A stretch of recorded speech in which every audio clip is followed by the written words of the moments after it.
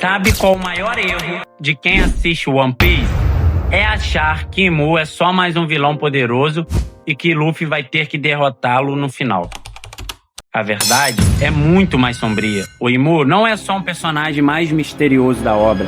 Ele é a peça central que faz o mundo inteiro parecer uma grande mentira, terrivelmente bem construída.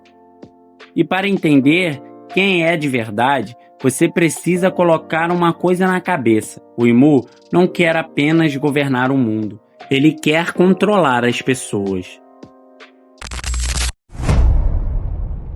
Pensa comigo, o governo mundial não escondeu apenas um segredo ou um documento confidencial.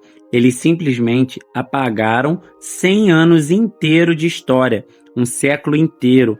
E bem no centro está toda a estrutura de Imu. A figura secreta que senta no trono vazio, aquele mesmo trono que deveria ser símbolo máximo de que ninguém manda no mundo, mas que na prática só serve para esconder exatamente o contrário. A pergunta crucial aqui não é só quem é Imu. A pergunta que realmente importa é o que ele está protegendo a todo custo. Porque se o mundo de One Piece foi erguido sobre a mentira histórica, o Imu não é só um rei disfarçado. Ele é o carcereiro da verdade. E antes que você pense que isso é só coisa de anime, deixa eu te contar uma coisa. A nossa própria história está cheia de Imus.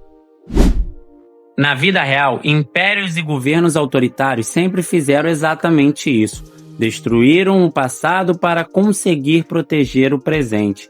Estudos sobre memórias coletivas mostram que quem está no poder sempre tenta moldar a versão oficial dos fatos. Eles escolheram o que você deve lembrar, o que você deve esquecer e qual versão da história vai ser ensinada nas escolas. Em 213 a.C., por exemplo, o imperador Qin Shi Huang, na China, mandou queimar milhares de livros e enterrar estudiosos vivos.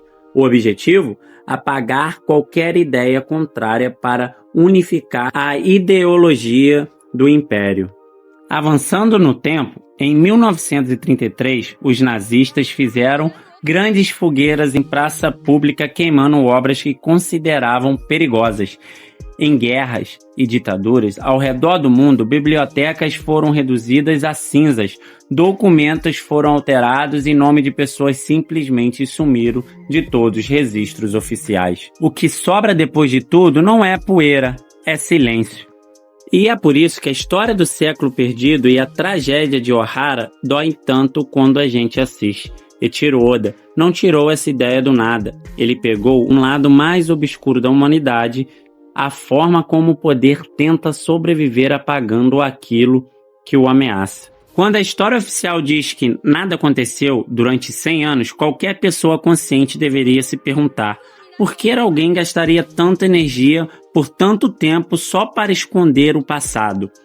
No mundo de One Piece, a resposta para essa pergunta está esculpida em pedras, literais pedras indestrutíveis, os poneglyphs. Para pensar no desespero de quem criou essas estruturas, se o papel pode ser queimado, se as pessoas que sabem a verdade podem ser executadas e se os registros digitais ou escritos podem ser alterados, a história precisa virar pedra. Ela precisa ser espalhada pelo mundo e escondida nos lugares mais inacessíveis do planeta.